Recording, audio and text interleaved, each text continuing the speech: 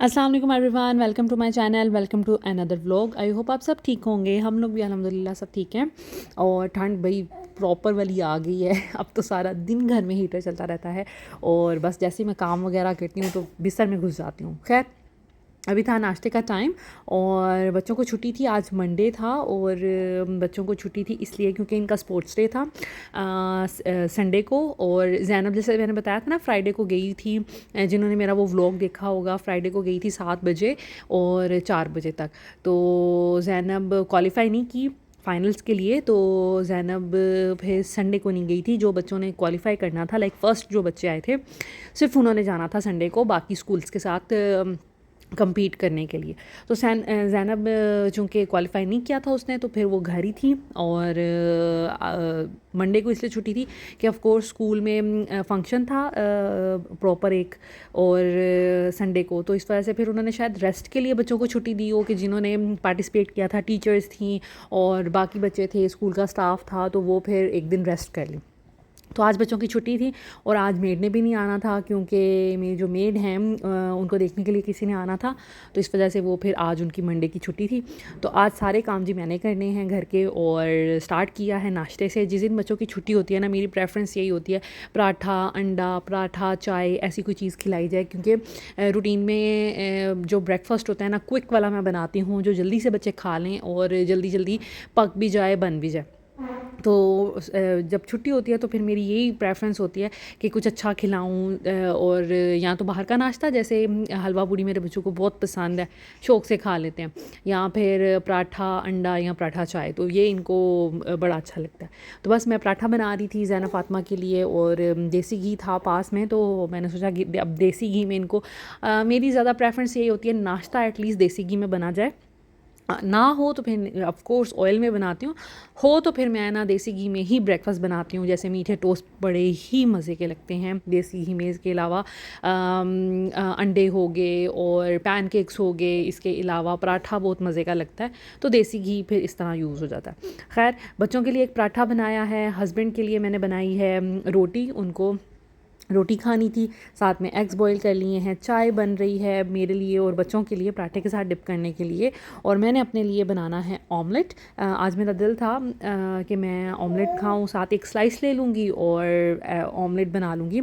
Omelette मेरा बड़ा basic होता है लेकिन बड़ा ही मुझे मज़े का लगता है। हम जब ऑमलेट में इतनी ज़्यादा चीज़ें ऐड कर लेते हैं ना, इतना अच्छा नहीं लगता।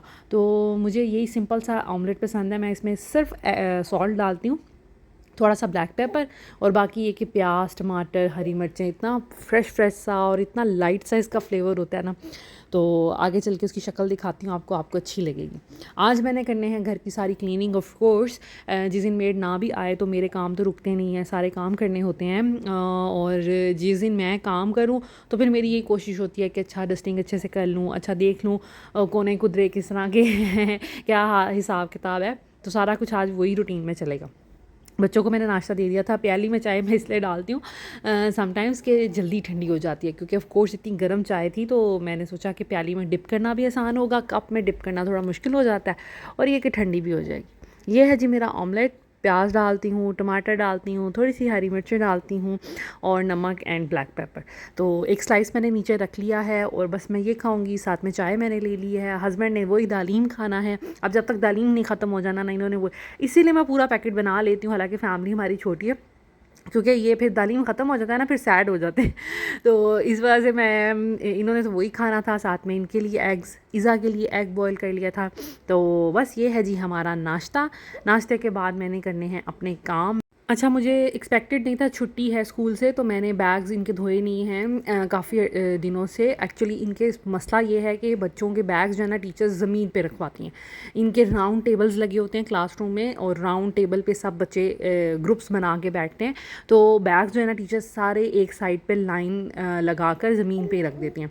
तो इतने गंदे हो जाते हैं बैग, तो मुझे बड़ा ही मसला होता है। अब इतने गंदे हो गए थे, बस यही सोच के कि अच्छा अब धोती हूँ। दूसरा ये कि फिर सर्दियाँ आ गई थी, वीकेंड्स पे तो थोड़ा बिजी हो जाते थे कुछ व्लॉग्स के चक्करों में, तो धुल नहीं पा रहे थे। आज मैंने सोचा कि चलें, आज जो भी है, बेशक मंडे है, कल बच्चों ने स्कूल जाना, मैं धो देती हूँ। सुबह सुबह सबसे पहले मैंने इनको भिगो दिया था। और ये शूज़ देखें, ये कपड़े वाले शूज़ बहुत कंफर्टेबल रहते हैं, लेकिन ये इतनी जल्दी गंदे हो जाते हैं ना, या फिर पता नहीं छोटे बच्चों के ज़्यादा जल्दी गंदे हो जाते हैं, या बच्चे ऊपर स्टेप कर देते हैं, मुझे नहीं पता। मैं जब से ये इसी सीज़न में मैंने अभी जैसे सर्दियाँ आई थी मैंने नए शूज़ लिए थे, और इनको ये तीसरी दफ़ा मेरा ख्याल है मैं धोने लगी हूँ। तो अभी मैंने आज धोया ना, जिस दिन ज़ैना फ़ातिमा ये पहन के जाएंगी तो उसी दिन ही इतने गंदे लगेंगे ना ये कि कोई हद नहीं है। खैर इनको फिर जब बहुत गंदे हो जाते हैं तो फिर मुझे कोफ्त होना शुरू हो जाती है, फिर मैंने वॉश करने ही होते हैं। इनको एक जगह भिगो दिया, एक जगह बैग्स को भिगो दिया, अब मैं इनको बैठ के तो वॉश कर लूँगी। अच्छा जी, अब देखें कमरे की क्या हालत हो रही है। मेरा घर भी गंदा होता है उसको साफ़ करना पड़ता है। तो यहाँ पर बिस्तर बिखरे हुए हैं, कोट की हालत ख़राब हुई हुई है, चीज़ें बिखरी हुई हैं। वो मेरा बैग कल बाहर गए थे पार्क तो वो पड़ा हुआ है। ये अभी सो के उठे हैं तो बिस्तर बिखरे हुए हैं। अच्छा, कल मैंने ऐसा कुछ नहीं किया, व्लॉग भी नहीं कल का बनाया, हफ्ते का व्लॉग बनाया था जो आज मैंने अपलोड किया है। तो क्योंकि तबीयत अच्छी नहीं थी, मूड नहीं सही था, तो इस वजह से। बाकी ये है कि कल पार्क गए, घर के काम वगैरह करके हस्बैंड ने बहुत कहा कि चलते हैं, मूड फ्रेश हो जाएगा। तो बस पार्क गए, बच्चों को खिलाया, खाना शाना घर में खा के गए थे। उसके बाद घर आई, चिकन ब्रेड बनाई। अच्छा जी, तो यहाँ पर कपड़े पड़े हुए थे ज़ैना फ़ातिमा के, कल इनको नहलाना था संडे को, लेकिन नहीं नहला पाई क्योंकि पानी जब नहलाना था ठंडा था। फिर मैंने कहा चलें गर्म दोबारा हो जाएगा गीज़र में तो फिर नहला लूँगी। कपड़े यहीं पे पड़े हुए थे और उसके बाद पार्क चले गए। पार्क से आए, काफ़ी थक गए थे। स्कूल से मैसेज आ गया कि आज मंडे को छुट्टी है बच्चों की, तो फिर मैंने सोचा कि आज फिर मंडे को ही नहला लूँगी।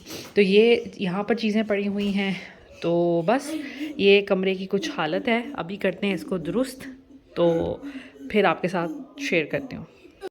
अच्छा, यहाँ पे मेरी एक सब्सक्राइबर हैं, मेरी व्यूअर हैं, उन्होंने मुझे कहा था कि भाई किसी व्लॉग में ज़रूर शेयर कीजिएगा कि बच्चों को एथिक्स कैसे सिखाए जाएँ, स्पेशली बच्चियों को उठना बैठना और माँ बाप के साथ बॉन्डिंग कैसे बनाई जाए, उनके साथ फ्रेंडशिप कैसे की जाए, इस चीज़ पे भी बात कीजिएगा। तो अब मैं बात करती हूँ स्टार्ट से। जब बच्चे छोटे होते हैं ना, देखें जब आप बच्चों को प्यार करते हैं ना तो ऑफ़कोर्स वो आपकी बात सुनते हैं, आपके साथ अटैच हो जाते हैं। हर पेरेंट जो है ना वो अपने बच्चों से प्यार तो करते हैं, लेकिन समटाइम्स हमारी डायरेक्शन जो है ना वो डिफरेंट होती है। अब डायरेक्शन कैसे डिफरेंट होगी कि हम प्यार करेंगे, उनकी सारी चीज़ें पूरी करेंगे, लेकिन उनके साथ टाइम नहीं स्पेंड करेंगे, या फिर उनको हम बहुत ज़्यादा लिबर्टी दे देंगे, इतनी लिबर्टी कि वो कुछ भी कह सकते हैं, और उसका फ़ायदा तो होता है लेकिन नुकसान भी साथ साथ होता है। तो ये बच्चों की जो तरबियत होती है ना, इसको बड़ा बैलेंस करके चलना पड़ता है। ना तो बहुत ज़्यादा हम हद से गुजर सकते हैं, ना बिल्कुल ही हम इसको इग्नोर कर सकते हैं। तो आपने बच्चों के साथ शुरू से ऐसी बॉन्डिंग बनानी है कि फ़र्स्ट ऑफ़ ऑल कुछ पेरेंट्स होते हैं बच्चों को बिला वजह हर चीज़ पे डांटना, रोकना टोकना, ऐसे क्यों बैठे हो, ऐसे क्यों कर रहे हो। देखें, अगर बच्चे घर में हैं, कंफर्टेबल अपने जोन में हैं, तो वो किसी भी तरीके से बैठ सकते हैं, इसमें कोई इशू नहीं है। लेकिन हाँ, उनको थोड़ा सा सोशली एक्टिव होना चाहिए। उनको पता होना चाहिए कि बाहर जाके हमने इस तरह बिहेव नहीं करना, हमने मैनर, ठीक है घर से भी मैनर्स सीखने का और प्रैक्टिस करने का जो सिलसिला है ना वो होना चाहिए, लेकिन समटाइम्स किसी चीज़ों को हम निगलेक्ट कर सकते हैं, उनको कर देना चाहिए। हर चीज़ पे डिक्टेशन नहीं करनी चाहिए, हर चीज़ को करेक्ट नहीं करना चाहिए, कभी बच्चों को रिलैक्स भी रखना चाहिए, ठीक है। दूसरी ये बात कि मैं हमेशा ये कहती हूँ कि बच्चे ना गीली मिट्टी की तरह होते हैं, उनको जिस सांचे में ढालेंगे ना वो उसी सांचे में ढल जाएंगे। दूसरा ये कि बच्चे जो आपको करता हुआ देखेंगे ना उन्होंने वो ही खुद करना है। आप चाहे उनमें जितनी मर्जी अच्छी बातें भर लें, अगर आपकी पर्सनैलिटी में कुछ फ्लॉज हैं, आपकी पर्सनैलिटी में कुछ नेगेटिव पॉइंट्स हैं, तो बच्चे फिर क्या सीखेंगे। उन्होंने सबसे पहले अपने पेरेंट्स से ही सीखना है, जो उन्होंने करना है वो ही बच्चों ने करना है। तो अगर आप उनको बस वर्बली अच्छी अच्छी बातें सिखाएंगे लेकिन ख़ुद उस पर प्रैक्टिस ही नहीं आपकी होगी तो बच्चे भी नहीं सीखेंगे, ठीक है। तो कोशिश आप ये करें कि जो भी अपने बच्चों को सिखाना है ना उसको ख़ुद प्रैक्टिस करना शुरू कर दें। जैसे हम लोग मैं, मेरे हस्बैंड, हम लोग कोशिश करते हैं हम झूठ नहीं बोलें, ठीक है। हम बच्चों से भी अगर कोई बात बच्चे पूछते हैं हम झूठ नहीं बोलते, हम उनको अच्छे से रिप्लाई करते हैं, बिठा के समझाते हैं, और हम कोशिश करते हैं कि उनके साथ झूठ ना बोलें, तो बच्चे हमारे भी झूठ नहीं बोलते। और अगर कभी ज़ैना फ़ातिमा, ऑफ कोर्स बच्चे हैं, मैं इनकी हम 100% गारंटी नहीं दे सकते, और कभी ऐसा हो भी जाता है ज़ैना फ़ातिमा किसी डर की वजह से, किसी बात की वजह से हमसे कोई चीज़ छुपा लें, झूठ बोल लें, तो फिर हम उन्हें कहते हैं झूठ नहीं बोलते, तो आप को सच बोलना है। और हमें इसलिए डबल गुस्सा आया है कि एक तो आपने गलती की, ऊपर से आपने झूठ बोला। तो कोशिश ये करते हैं हम कि हम झूठ नहीं बोलें किसी भी डीलिंग में। अगर उनको इवन मैं आपको एग्जाम्पल ये देती हूँ, मैंने कोई काम, अगर वो मुझे कहे ना मामा मेरे साथ खेलें, मैंने अगर नहीं खेलना, मुझे लग रहा है कि मेरा स्केड्यूल इतना बिजी है, मेरा पूरा डे आज काम में लग जाएगा, तो फिर मैं उससे झूठा वादा नहीं करती कि हाँ हाँ मैं खेलूँगी, उसको लाइक वक्ती तौर पर उसको चुप करवाने के लिए। तो मैं ऐसा बिल्कुल भी नहीं करती। मेरी ये कोशिश होती है कि मैं टाइम निकाल लूँ। अगर मैं नहीं टाइम निकाल, मैं सोचती हूँ ना कि मेरे पास नहीं टाइम, तो मैं उसे कहूँगी नहीं ज़ैनब, आज मामा के पास बहुत ज़्यादा काम है, तो हम कल खेल लेंगे, या हम संडे को या वीकेंड पे खेल लेंगे। तो इससे ये हो जाता है कि मैंने सच भी बोल लिया और मैंने उसे झूठा वादा भी नहीं किया। तो इस तरह करके बच्चों के साथ आप लेके उनको चलें, उनकी ब्रॉट अप करते जाएँ, और उनकी ज़िंदगी जो है ना बड़ी अच्छी सॉर्ट हो जाती है। उसके बाद आपने जिस तरह उठना बैठना, खाना पीना, कपड़े पहनने का तरीका, जो कुछ आपका है, बच्चे भी उसको ऑटोमेटिकली फॉलो करेंगे। मदर्स को बच्चियाँ फॉलो करती हैं, मैंने बहुत देखा है। फादर्स को बच्चे बेटे बहुत फॉलो करते हैं, या घर में कोई और मेल होगा तो उसको बहुत फॉलो करेंगे। तो आपके जिस तरह का बिहेवियर होगा, आपके बच्चे भी उस तरह में आहिस्ता आहिस्ता डेवलप होना शुरू हो जाएंगे।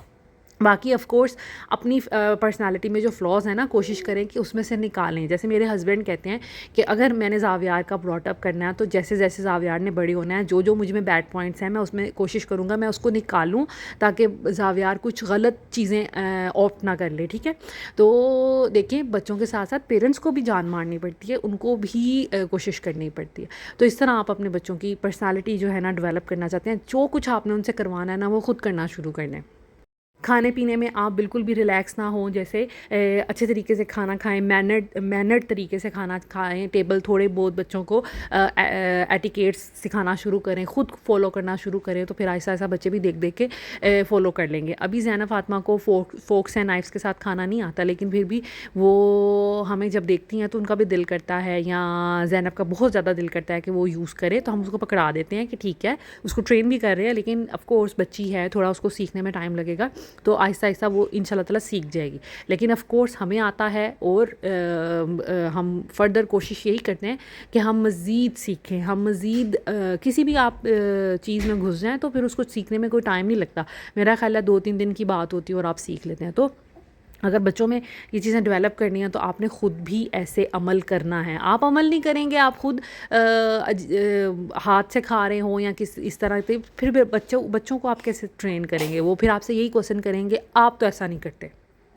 उसके बाद अगर हम ड्रेसिंग सेंस पे आ जाएँ, तो देखिए ज़ैनब जो है जब तक छोटी थी, 5 इयर्स की थी, तो मैं उसको नीकर्स पहना देती थी, लेकिन अब मैंने उसको आहिस्ता आहिस्ता नीकर से मैं शिफ्ट हो गई हूँ टाइट्स पे। ठीक है, टाइट्स अच्छी चीज़ हैं, बहुत ज़्यादा चिपके हुए ना हों, ठीक है, थोड़े बहुत लूज़ हों, वो तो मैं ऑफ़ कोर्स देखती हूँ कि बच्चे को कंफर्टेबल लगे, दैट्स वाई मैं फिर उस तरह के लेती हूँ। तो कोशिश ये करें कि आहिस्ता आहिस्ता बच्चों की ड्रेसिंग पे भी ध्यान दें। ज़ैनब जो थी जब छोटी थी, ज़ैनब थोड़ी हेल्दी थी, उठने बैठने का ध्यान नहीं करती थी, अब कोई छोटी बच्ची थी, तो मुझे ऐसे लगता था कि कोई देखे बुरा लगता है। जब मैं फैसलाबाद लाहौर जाती थी, लाहौर में मेरे भाई होते हैं, फैसलाबाद में मेरे देवर होते हैं, तो मुझे लगता था कि अब इसको नीकर्स नहीं पहननी चाहिए, क्योंकि ये इसको तो पता ही नहीं चलता ये किस तरह लेटी है, किस तरह बैठी है।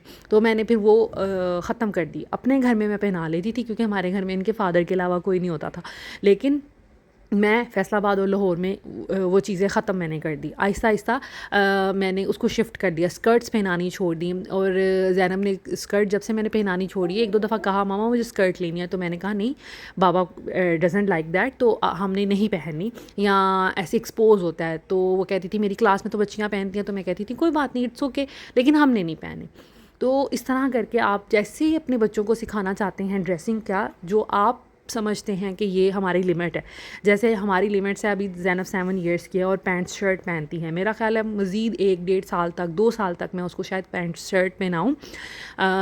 साथ में अब मैं थोड़ा ईस्टर्न उसको ड्रेसेस भी पहनाना शुरू करूँगी। तो जब तक हम कंफर्टेबल हैं, जब तक उसकी बॉडी इस तरह बिहेव करती है कि हम कंफर्टेबल हैं, तो तब तक हम उसको वो ड्रेसिंग करवाएंगे। अदरवाइज़ हम फिर शिफ्ट कर जाएंगे। तो इसी तरह आप भी कर सकते हैं। जिस चीज़ को आप एक अपनी लिमिट समझते हैं, अपनी फैमिली की लिमिटेशन समझते हैं, तब तक आप उस चीज़ को फॉलो कर सकते हैं। और बच्चों को बैठा के अच्छे तरीके से एक्सप्लेन अगर करें तो बच्चे समझ जाते हैं। ज़ैनब इतनी छोटी थी, उसको एक्सप्लेन करना मुश्किल था, तो बड़ी बच्चियों को तो आप अच्छे से बैठा के समझा के एक्सप्लेन कर सकते हैं, और ये हमारी अपनी ज़िम्मेदारी होती है। देखें आजकल हालात बहुत ख़राब हो गए हैं, और इवन शुरू से ही हालात ख़राब हैं। अपने बच्चों को हमने खुद देखभाल करनी है, हमने खुद ही इनको संभालना है। जब आप हर वक्त बच्चे पे नज़र रखेंगे ना, तो उनके साथ चांसेस कम हैं कुछ भी गलत होने के। ठीक है, एक तो हर वक्त बच्चे के सर पे रहें, अपनी एक्साइटमेंट्स को, अपने मज़े को आप छोड़ दें, बच्चों पे कंप्रोमाइज़ ना करें। ठीक है ना। इनकी ये जो ग्रोइंग एज होती है, एक दफ़ा आप इनमें अच्छी चीज़ें डाल देंगी, बच्चे अपने आप को संभालने के काबिल हो जाएंगे। फिर आप लेकिन फिर भी माएँ जो होती हैं ना, वो मेरा ख़्याल है जब तक बच्चियों की शादियाँ नहीं ना हो जाती वो बिल्कुल भी रिलैक्स नहीं हो सकती कभी भी। लेकिन खैर ये कि एक दफ़ा अच्छी उनमें चीज़ें डाल दें, उनमें समझ बूझ आ जाए, शऊर आ जाए, तो फिर मेरा ख़्याल है आसानी हो सकती है। खैर ये सिलसिला तो चलता रहेगा। बच्चियों की ट्रेनिंग तो मेरा ख़्याल है एंड तक करनी पड़ती है। उसके साथ साथ अपनी लाइफ में आप लोग पॉलिसीज़ बना लें कि ये काम हमने नहीं करना, इस चीज़ पे हमने सेक्रीफाइस नहीं करना, हमने कोई कंप्रोमाइज़ नहीं करना। जैसे मेरे और मेरे हस्बैंड के बीच ये बात तय हुई हुई है कि ज़ैनब फ़ातिमा हमारे बगैर कहीं नहीं जाएंगी, ना ननियाल ना ददियाल, वो कहीं पे स्पेंड नहीं कर सकती टाइम ना अकेले। हमारे साथ जाएंगी, हमारे साथ आएंगी। ठीक है, इसमें ये बात बिल्कुल भी नहीं है कि हम किसी पे ट्रस्ट नहीं करते। ट्रस्ट हम करते हैं, लेकिन हम अपनी ज़िंदगी में ना गलती का कोई चांस नहीं छोड़ना चाहते कि हम ये सोचें कि काश हम ये ना करते। तो इस वजह से हम लोगों ने पॉलिसी बनाई हुई है, मैं किसी शादी पे जाऊँ, मैं गप्पों में बिल्कुल भी बिज़ी नहीं होती। मेरी नज़रें जो होती हैं ना, वो इधर उधर अपने बच्चों पर होती हैं, अपने बच्चों को तलाश कर रही होती हैं कि मेरे बच्चे मेरी आँख से ओझल ना हो, वो इधर उधर ना हो जाएँ, क्योंकि कल को मैं ही आंसरेबल हूँ मेरी फैमिली के लिए, मेरे बच्चों के लिए, अगर कुछ गलत होता है। तो इस वजह से कोशिश यही होती है हमारी कि हम लोग, ठीक है मैं इंजॉय भी करती हूँ, लेकिन उस इंजॉयमेंट पे मैं ये नहीं करती कि मैं बिल्कुल घूम में हो जाऊँ और मैं सोचूं हाँ आधे घंटे बाद देखूँ वो बच्चे कहाँ गए। तो मेरी नज़रें बिल्कुल ज़ैनब फ़ातिमा पे होती हैं, जिधर जिधर वो होती है मेरा मुँह उस तरफ होता है। बातें बेशक मैं कर रही हूँ किसी के साथ भी ना, मैं बिल्कुल भी रिलैक्स होके नहीं बैठती। तो ये पॉलिसीज़ इस तरह की बनाई हुई हैं। और इसके अलावा आप यकीन करें कि हम लोगों ने जब से ज़ैनब थोड़ी बड़ी हुई है, उसको थोड़ी वर्डिंग समझ आना शुरू हुई है, जैसे उर्दू इंग्लिश, तो हम पहले अपनी गाड़ी में हम लोगों ने म्यूज़िक रखा हुआ होता था, हम गाने वगैरह सुनते थे। अब हमारे गाने बिल्कुल समझ लें कि मेरा ख्याल है 5 to 10% हो गए। मेरे हस्बैंड थोड़ा सा जिम करने के लिए म्यूज़िक प्ले कर लेते हैं, और वो भी फ़िल्टर्ड गाने। ठीक है, कोई ऐसी वैसी वर्डिंग्स वाले हम गाने नहीं लगाते। और मैं तो बिल्कुल ही ख़त्म ही हो गई हूँ ना म्यूज़िक सुनना, बहुत ही रेयर गाड़ी में से हम लोगों ने ख़त्म सिस्टम कर दिया म्यूज़िक सुनने वाला। हाँ, अगर प्ले करना हो तो इनकी पसंद के इनसे रिलेटेड हम कोई सॉन्ग्स वगैरह लगा लेते हैं। तो कोशिश यही होती है कि कोई भी ऐसी वर्डिंग बच्चों के जहन में ना बैठ जाए कि वो हमसे पूछें कि भाई ये इसका क्या मतलब है, या वो इस चीज़ को कॉमन समझे, इस चीज़ को आम समझना शुरू कर दें और वो भी बोलना शुरू कर दें। डांसिंग में हमने पार्टिसिपेट बच्चों को कभी भी नहीं करने देना। हमने दोनों ने पॉलिसी बनाई हुई है कि इनके स्कूल में फंक्शंस होते हैं, मैंने इनके स्कूल में कहा हुआ है कि मेरे बच्चे हर तरह की एक्टिविटीज़ में पार्टिसिपेट करेंगे सिवाय डांसिंग के, या किसी इस तरह के एक्ट में जो डांसिंग को प्रमोट करे। क्योंकि अगर एक दफ़ा बच्चियों ने स्कूल में डांस कर लिया गैरों के सामने, लोगों के सामने, तो फिर वो इस चीज़ को समझेंगी ये कॉमन है, ये बड़ा लाइट सा है। फिर वो फैमिली में बाहर कहीं पे भी ये चीज़ें करना शुरू करेंगी। तो हम लोग नहीं चाहते कि इस तरह हो। मेरे लिए ये चीज़ इतनी कॉमन थी, मैं समझती है कि कोई बुरी बात नहीं है, लेकिन मेरे हस्बैंड के लिए ये बड़ी टची चीज़ थी। उन्होंने कहा कि नहीं, और उन्होंने मुझे, और मैंने इस पर बहस ही नहीं की, क्योंकि देखें जब सामने वाला सही आर्ग्यूमेंट दे रहा है और सही बात कर रहा है, फिर उसमें आप तो बहस कर ही नहीं सकते। मेरे हस्बैंड ने मुझे बड़े तरीके से ये बात समझाई, और मैंने सोचा कि मैंने तो कभी लाइफ में इन चीज़ों पे गौर ही नहीं किया, तो वाकई ये ठीक कर रहे हैं। तो अब हम दोनों ने ये पॉलिसी बना ली है। मैं इवन शादियों पे डांस किया करती थी अपनी, लाइक कज़न हम लड़कियां शड़कियां होके। अब ऐसी आदत हो गई है कि अब मैंने बिल्कुल ख़त्म कर दी है। मेरी कज़न की मई में शादी थी, मैं गई भी थी मुरीद के, तो वहाँ पर आप यकीन करें सब कहते रहे उठें, लेकिन मैंने कहा नहीं, मैंने अब ख़त्म कर दिया है, मैं अब मुझे नहीं आता। तो कोई बात नहीं, आप अपनी ज़िंदगी में से ये कोई डांस या सॉन्ग्स कोई ऐसी चीज़ नहीं है कि निकाल दें तो कोई बहुत बड़ा फ़र्क पड़ जाए, कोई फ़र्क नहीं पड़ेगा। तो बस इस तरह की चीज़ें आप अपनी बच्चियों को सिखाना शुरू करें। क्योंकि मैंने ऑफ कोर्स अपनी बच्चियों में ये चीज़ें डेवलप नहीं करनी थी, सिंगिंग डांसिंग को इतना प्रमोट, तो मैंने भी अपनी लाइफ से ख़त्म कर दी। हाँ, अभी भी हम थोड़े बहुत गाने सुनते हैं, बच्चियाँ भी सुनती हैं, घर में अक्सर डांस भी कर लेती हैं, हम हंसते हैं उनकी बात पे। तो लेकिन कवर्ड माहौल में उनको यही पता हो कि हम घर में कर सकते हैं। हम कभी भी नहीं कहेंगे गाना लगा के किसी फैमिली कोई आई हुई है हल्ला गुल्ला करें, इंजॉय करें और उनके सामने डांस करें, नहीं, हम इस चीज़ को प्रमोट ही नहीं करेंगे। तो उनके माइंड में ये अंडरस्टैंडेबल है कि हमने बस घर में कर सकते हैं एंड दैट इज़ इट। तो बड़ी अच्छी ये तरीका है, इन चीज़ों पे सोचना चाहिए और अमल भी करना चाहिए। और ये बड़ी अच्छी पॉलिसी, जब आप पॉलिसी बना लेते हैं ना, जब आप में और आपके हस्बैंड में एक बात तय हो गई, फिर आप इधर से उधर ना हो और फिर बच्चों में भी ऑटोमेटिकली वो चीज़ें डेवलप हो जाती हैं। पता नहीं क्यों, अल्लाह का शुक्र है कि हमारे बच्चे भी उन चीज़ों को बड़ा ईजिली एक्सेप्ट कर लेते हैं, उस पर आगे क्वेश्चन ही दूसरा करते।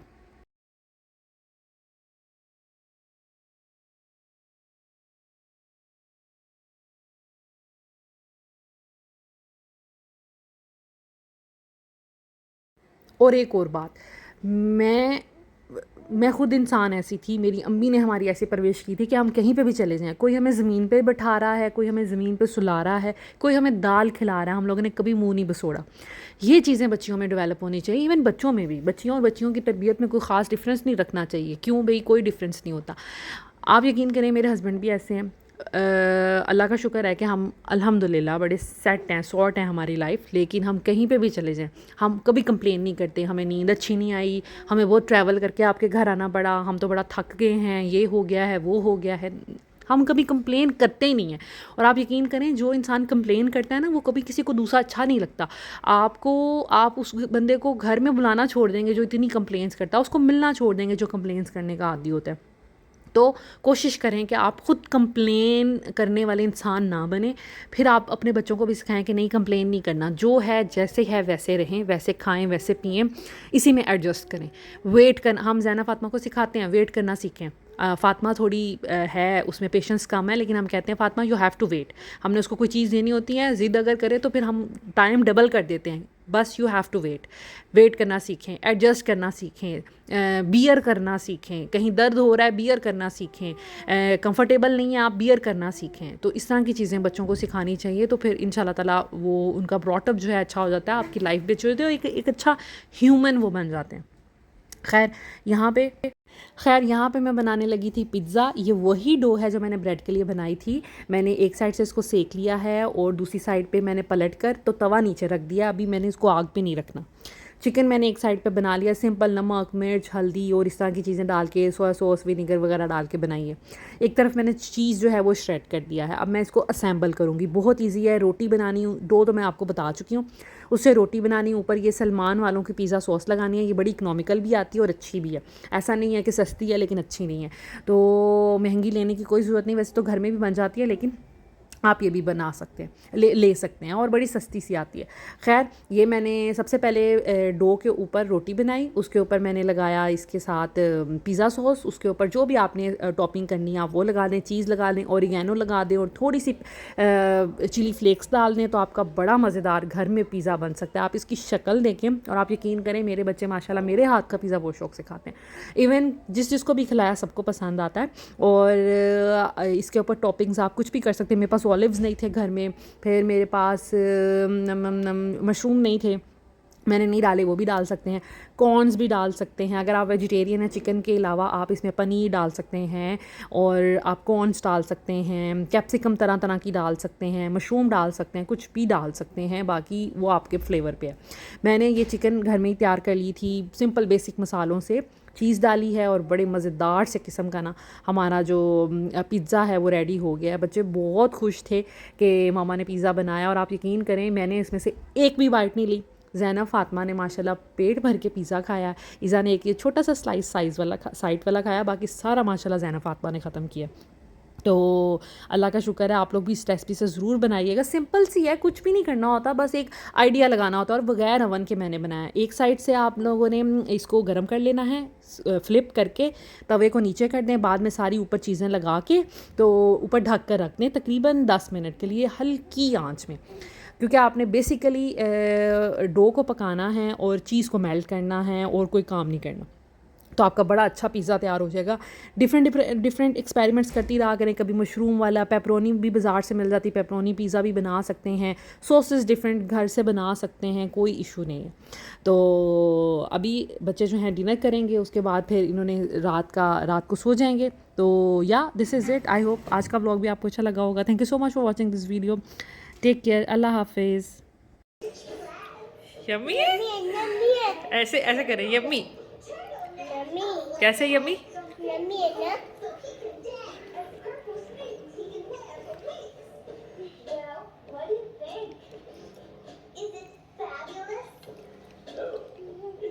फातिमा खा के बताएं कैसा है।